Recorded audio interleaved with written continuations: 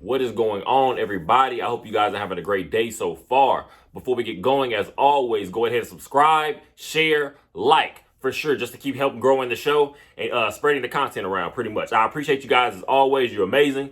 And let's go. As we all know by now, the Dallas Mavericks were able to re-sign Kyrie Irving to this team, which is huge because, of course, no one knew exactly what his direction is. Kyrie Irving is a special guy. He has his own thoughts, own opinions, own way he likes to move. So no one really knew the direction that he was looking to go pretty much at all. Of course, the national media had their own biases, teams that they wanted to see Kyrie Irving go. And of course, if the Dallas Mavericks re-sign him, it's not that good of a move. But now having Kyrie Irving back in the mix, again, average about 26.9 points, about 5 rebounds, around 5 assists, something like that, around in the 20 games that he played with this team. We know the injuries, we know just the trying to get on the same page, how to learn how to play off one another, like such as Luka Doncic and Kyrie Irving, and also the rest of the guys. We saw how that went, but you cannot let a talent like that go for nothing, especially after you made the trade for him of a Dorian Finney-Smith and a Spencer Dinwiddie. Of course, not the type of players that a Kyrie Irving is, but they were valuable to an extent for what this team was able to get done over the last few years, especially making the Western Conference Finals run a couple seasons ago. So having Kyrie Irving back in the mix, that's just going to pretty much open up lots of things for this team to do going forward, because now you're not having to figure out who's going to be that second guy for sure. We can say already what we already know. The deal, I think the contract offer, the deal that Kyrie Irving signed with this team with 3 years, $126 million, averaging about $42 million a year. That's an underpay for a guy with his ability, especially when we see the contracts of other guys. We look at a Fred VanVleet, got about $43 million from the Houston Rockets. You can't undersell what Kyrie Irving can bring to this team. And now I say perfect world to me, especially what it does, in my opinion, is it opens up the ability to now open up pretty much the responsibilities that you're going to give a guy like Jaden Hardy going into the next season, because now you look up and you say it's a 3-year deal, a 2-and-1, which 2 years, the third year is a player option. Kyrie Irving can decide his own path in that third year. That could be the perfect time for Jaden Hardy. He has now a couple years under a guy like or playing at least with a guy like a Kyrie Irving, that level of scorer. And now Jaden Hardy potentially can just step into his role as taking over that responsibility for this team. We'll see. But like I said, it's a great start to get a guy like Kyrie Irving back in the mix. And hopefully that's just going to be the start of the moves that we're going to continue to make throughout the rest of this offseason. I'm going to say this guy personally is one of my favorite players that have been with this team in the last few years, I'll say especially. Seth Curry, now for the third time. We've seen what he was in the very beginning. That's the first thing he was with the Dallas Mavericks. He's the young guy we're just pretty much giving a chance to. And he at times he took over and put his stamp on the game. So, but then, of course, we let him go to Portland free agency. They make a Western Conference Finals run. And then he returns to us again for the second time. And what happens after that? That's when we make the trade for Josh Richardson from the Philadelphia 76ers, sending Seth Curry back out once again. So for him to come back now for a third time, what we'll say now, this is still the same level of shooter that Seth Curry has, but he has a little bit more tread on his tires now, because a little less tread on his tires now, because we're going to see if he can stay healthy. The last few years, he has struggled with injuries. He has struggled to stay on the court. We're going to hope that now, I'm going to say just right now, as soon as the signing happened, I automatically said, I feel like that was the opening for THJ to pretty much be out of the door at some point.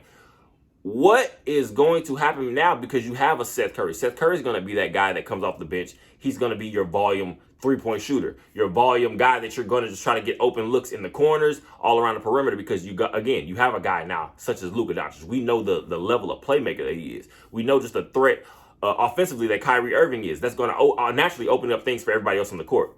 If Seth Curry can stay healthy, like I said, just for me personally, it did not cut into our mid-level exception.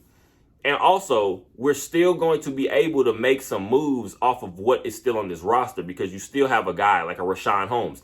Reports have been going out, especially the last week, since he joined the team pretty much, that it seems that deal pretty much to bring him to the Dallas Mavericks was more so a future move, possibly to help add him into a package to get another player. I can see a JaVale McGee not being on this team too much longer. I can see a Rashawn Holmes not being on this team too much longer. I can see a Tim Hardaway Jr. not being on this team too much longer. But having Seth Curry back in the mix, that's going to give you at least just another shooter. And again, it's not like we paid crazy money for him. So hopefully, again, he can stay healthy. Hopefully, he can just pretty much add to what this team is looking for, because we need all the consistent shooters that we have. We have guys that can shoot, but we need the consistent three-point shooters. So hopefully Seth Curry can step in, stay healthy. We'll see where that goes. I already know exactly how most Dallas Mavericks fans feel because, of course, we always going to have some up moments, excitement in the offseason, and then at some point it feels like it all crashes back down. This is not anything new, but I will say it's unorthodox. You want to say a guy like Nico Harrison. The Dallas Mavericks signed a guy, Dante Exum, former 5th overall pick for the Utah Jazz. Spent about 5-6 years, I believe, with the Utah Jazz. Then spent a couple years with the Cleveland Cavaliers. Ended up out of the league. This is a guy about 6'6", about 210, 215.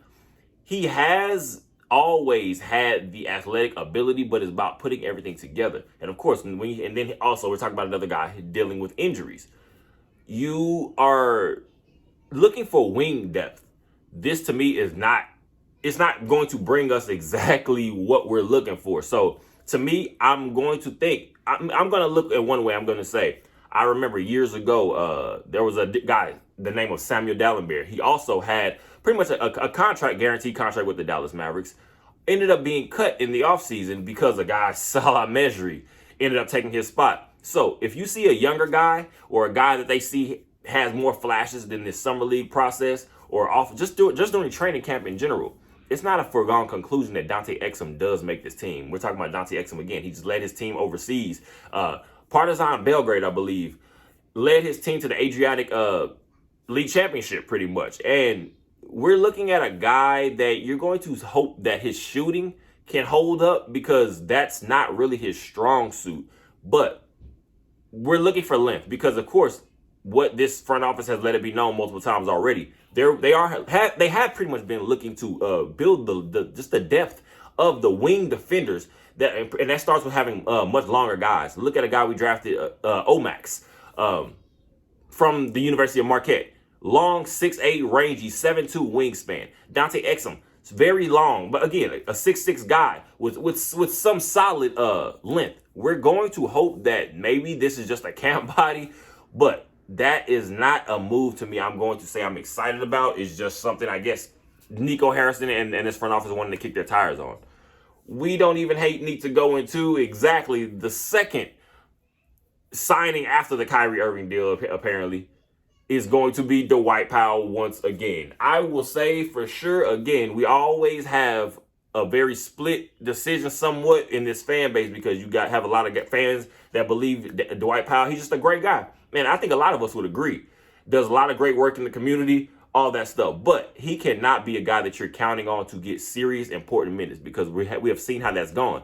He will have some nice flashes. He'll have some nice stretches here and there statistically in games during the regular season. But we've seen many times, at the end of the day, Dwight Powell cannot be a starting big in the NBA because, again, we're talking undersized. He's not very physical. He's more of a finesse player with athleticism, and that can be great in certain spots, but it's not anything that's going to help you overall. He's not the biggest guy. He's not the tallest guy. It's on a league minimum for a veteran, of course, but the front office, again, the reports have come out, Mark Stein, that it's looking, I guess Nico Harrison, Mark Cuban, they're very interested in just having Dwight Powell back as a veteran mentor, I believe, for Derek Lively.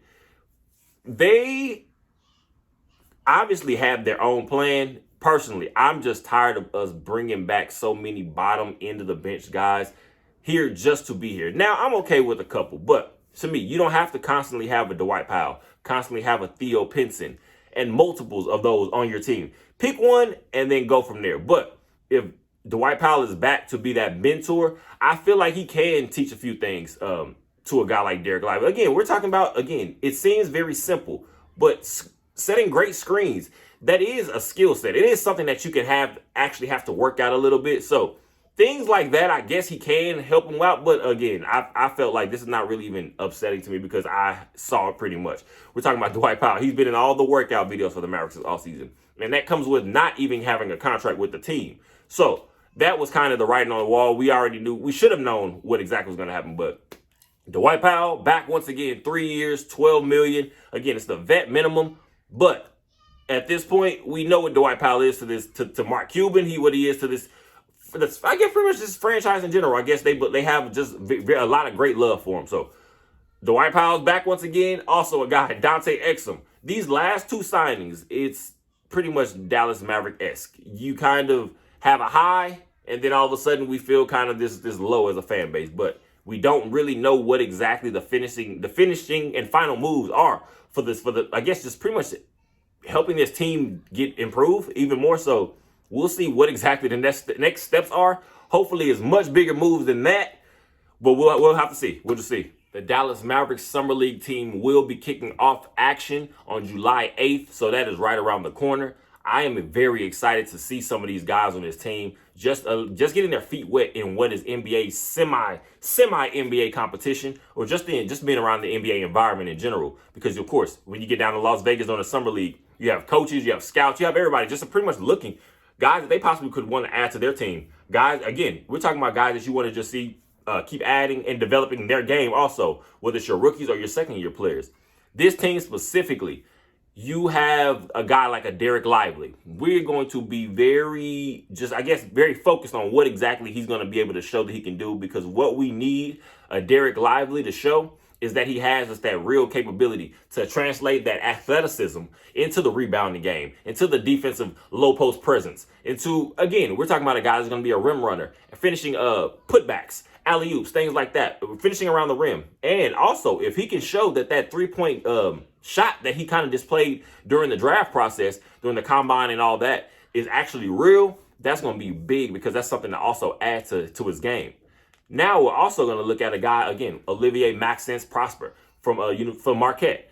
What exactly is he going to bring? I think, to me, I'm going to say it once again, it's Dorian Finney-Smith times 2. Just because, and I'm going to say times 2 just because it's a young guy, but I feel like his potential is way higher than that of a Dorian Finney-Smith, just because of the length, the athleticism.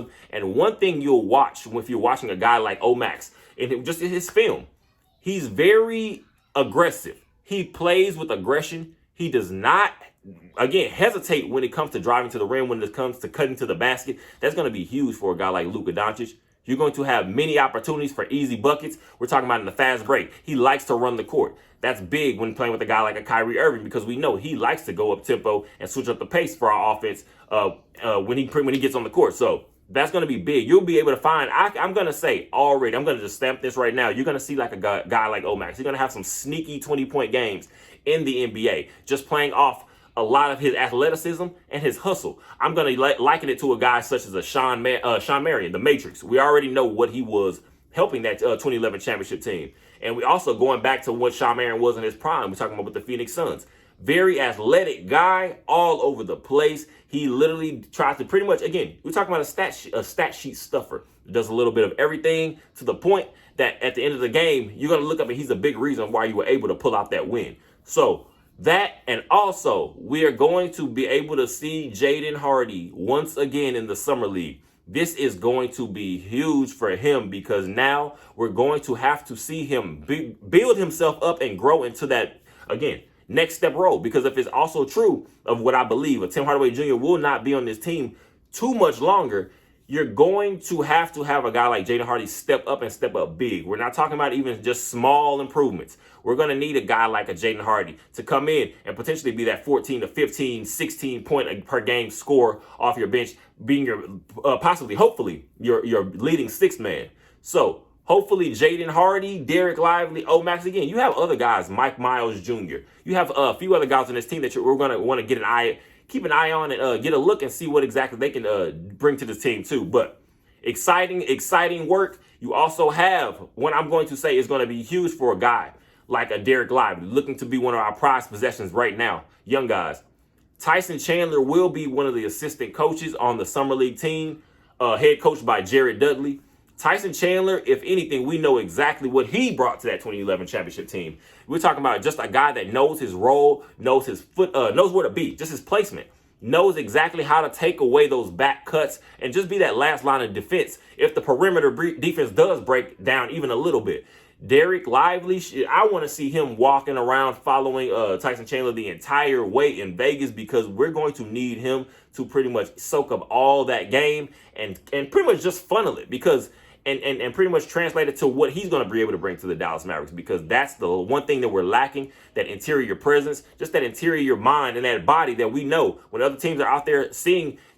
There are no easy buckets. We can't have this team consistently. Other teams are also just thinking there are easy buckets to be had at the rim. Hopefully, Derek Lively is going to be the future piece to that. But this head coaching staff, pretty much coaching, Jason Kidd himself said, Mark Cuban, Nico Harrison, and I'm going to assume we have a guy like a Jared Dudley now also. They know Derek Lively is one of your projects for the future, and you just want to bring him along and help him grow. I will say, Dallas Mavericks fans, please calm down. Calm down. It is this is that weird period of the free agency process. Of course, you're waiting for guys like restricted free agents. To me, again, it's going to say it makes no sense to offer these restricted free agents real meaningful contracts, because a team can literally just match. And also, in the process of you waiting to see if the other team will match that they're on, you're losing other possible free agent targets. So it makes no sense for you to lose both things at one time just to possibly not end up not getting that guy in the end. So we're talking about a guy like a Grant Williams. We're talking about a guy like Matisse Thybulle. There are guys around this league that the Dallas Mavericks, I believe, still are in the mix for. But we have to be patient, because July 6th is now where teams can officially actually sign these contracts. It's not just verbal agreements, any of that. So I believe, according to the new CBA, teams now have 24 hours to match a contract. So you're not waiting too much longer. So I'm going to say, Nico Harrison has said over the last few days, he still believes, and again, Mark was talking about guys like Tim McMahon and Mark Stein reporting, Nico Harrison still is not very, now I'm not going to say not confident, but he doesn't think we're done when it comes to just bringing talent to the wing position, and also the wing positions, and also just the big man center position, the 5. He still wants to improve. I believe a guy such as Jared Allen, but he's about a 6'9", 6'10", but he plays much bigger. We're talking about a guy that does have rebounding capabilities, that does have defensive capabilities down in the low post, just rim protection.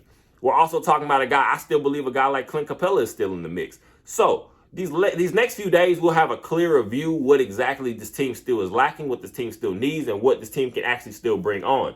Also, like I said, the young guys do kick off Summer League play on July 8th. That is right around the corner. So hopefully we'll be able to just to see what some of these young guys can also bring to the game, playing against, like I said, guys that could potentially also be NBA players. So we'll see what exactly is going to be pretty much just going to be brought to this team, because we still have a little bit of time left in the offseason. Like I said, I know it's almost like, as Dallas Mavericks fans, we become very accustomed to being disappointed during this process in this stage pretty much just of the offseason. So hopefully we did get our guy Kyrie Irving back. That's a start to what we could potentially have. Like I said, you have a guy like a Derek Lively, a guy like Omax. Jaden Hardy will be playing in the Summer League. So I appreciate you guys as always. I hope you guys enjoy your 4th of July. It should be a great day. You guys are amazing. Like I said, I appreciate everything you've done. Help keep growing the channel. Pretty much, like I said, enjoy your 4th of July. Go Dallas Mavericks.